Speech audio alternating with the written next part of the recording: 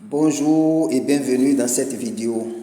Je suis Jules Anissé Zobré, entrepreneur. Cette vidéo, c'est pour amener tout un chacun à pouvoir parrainer. Étant donné que nous sommes amenés à gérer des équipes, je pense que ce tutoriel-là est très important. Alors, pour inscrire quelqu'un, à partir du lien de votre connexion, vous faites entrer d'abord votre identifiant, C qui est le numéro de la pièce d'identité pour tout le monde. Le C et le I doivent être écrits en majuscule. Voilà, suivi du numéro, c'est-à-dire des chiffres qui sont sur votre pièce d'identité.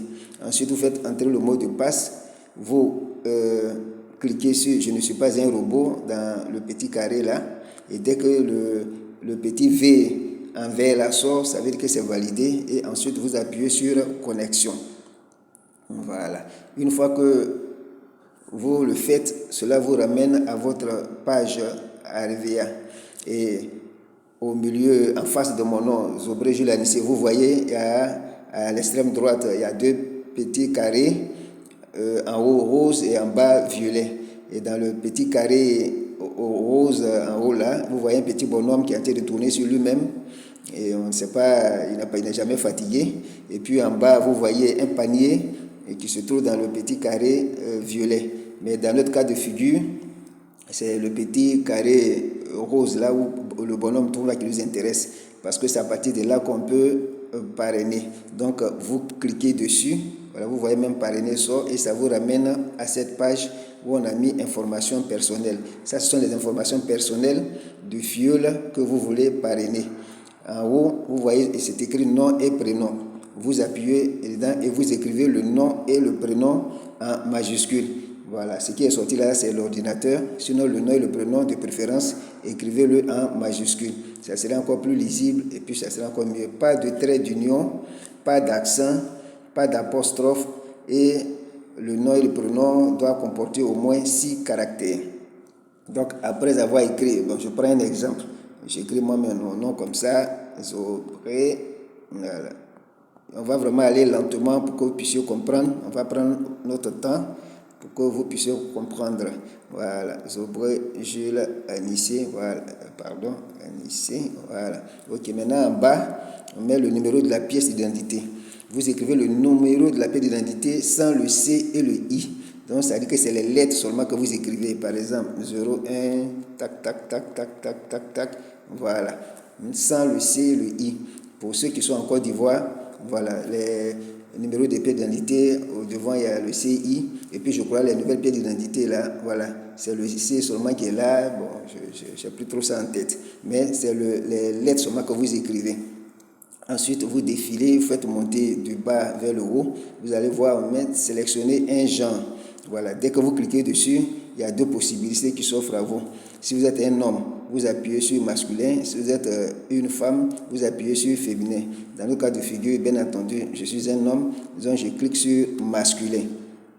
Voilà. Et puis en bas, c'est écrit date, le suivant, quoi, c'est écrit date de naissance.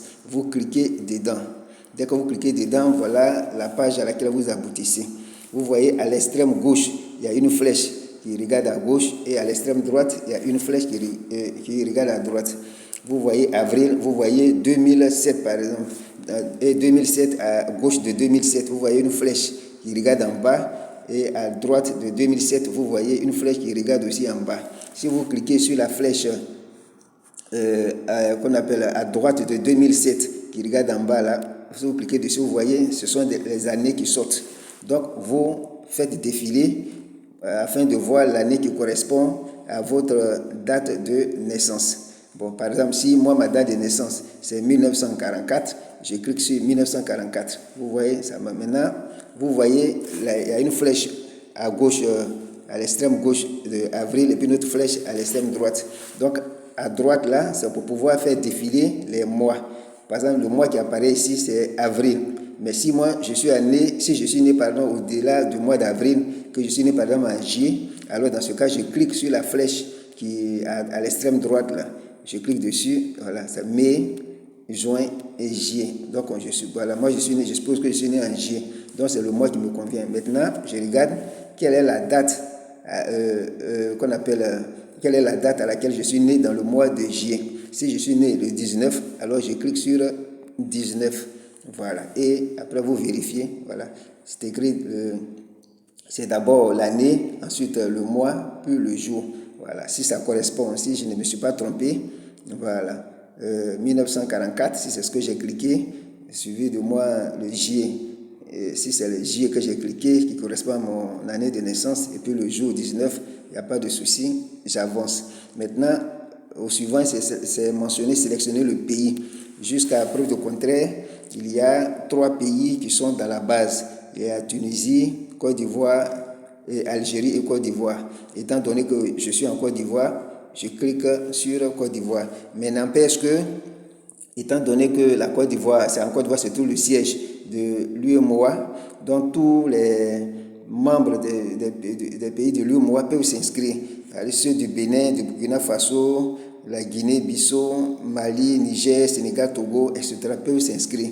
Voilà, s'il y a ce genre de cas, il y a des gens qui sont intéressés, ils peuvent me contacter pour voir dans quel cas de mesure on peut faire leur inscription. Voilà. Donc, après avoir sélectionné le pays, on me demande de sélectionner la nationalité. Je clique sur la flèche qui est à l'extrême droite et vous voyez qu'il y a beaucoup de nationalités, Algérie, Antarctique, Antigua. Donc, c'est dit que tout le monde, tous ceux qui sont dans ces pays-là peuvent, voilà, peuvent s'inscrire depuis leur lieu leur lieu d'habitation. Donc ici, c'est la Côte d'Ivoire. Donc pour aller un peu vite, j'ai écrit Côte. Voilà, vous voyez, dès que j'ai commencé à écrire Côte d'Ivoire, j'ai écrit seulement que le C et le O, la Côte d'Ivoire est apparu. Donc je clique sur Côte d'Ivoire. Voilà. Ensuite, on me demande de mettre un mot de passe. Bon, c'est un mot de passe. Le parrain qui est en train d'inscrire le filleul met un mot de passe provisoire. Voilà. Que le filleul pourra changer plus tard s'il veut. S'il maîtrise maintenant tout le processus, s'il voit qu'il est capable de se prendre en charge, donc il pourra voilà, changer son mot de passe pour pouvoir faire ses transactions, tout ce qu'il a fait lui-même. Voilà. Ensuite, le mot de passe doit comporter, qu'on appelle ça même au moins, je crois, 8 caractères, mais ça doit comporter des majuscules et des minuscules avec, qu'on appelle ça des chiffres. Voilà. Donc, voyons en mettre par exemple un mot de passe comme ça. Voilà. Pour le moment, ce n'est pas encore validé. On dit votre mot de passe doit comporter un minimum de 8 caractères, se composer de chiffres et de lettres. Bon, donc je dois mettre aussi des lettres. Voilà. Dès que j'atteins le quota, si c'est validé, c'est écrit, vous voyez ce qui sont le mot de passe en vert. Donc j'appuie sur l'œil là pour pouvoir visualiser ça et j'essaie de répéter. Voilà, j'essaie de répéter en bas. Parce que le mot de passe doit, les deux mots de passe doivent correspondre. Je mets ça, S, E, Y, U, O, 78. Voilà. Est-ce que ça correspond? Non, ça ne correspond pas. Voilà, donc s'il vous plaît, entrez à nouveau la même valeur. Voilà, donc je mets ici pour voir où j'ai fait l'erreur. Ah, d'accord. Le H du début était en majuscule. Voilà. Donc maintenant, les deux correspondent. Il n'y a pas de souci. Bon, je peux masquer. Bon, ici, le parrain, c'est le numéro de la pièce d'identité du parrain qui apparaît. C'est-à-dire que c'est à partir de ce lien-là, de cet identifiant-là que vous avez été parrainé. Donc ensuite, maintenant, vous faites rentrer la carte d'identité recto verso. Donc vous appuyez dans la première case. Voilà. Si vous avez la pièce d'identité du filleul que vous voulez enregistrer sur vous, vous appuyez là où c'est écrit appareil photo et vous prenez directement la photo de la pièce d'identité en recto et puis après en verso.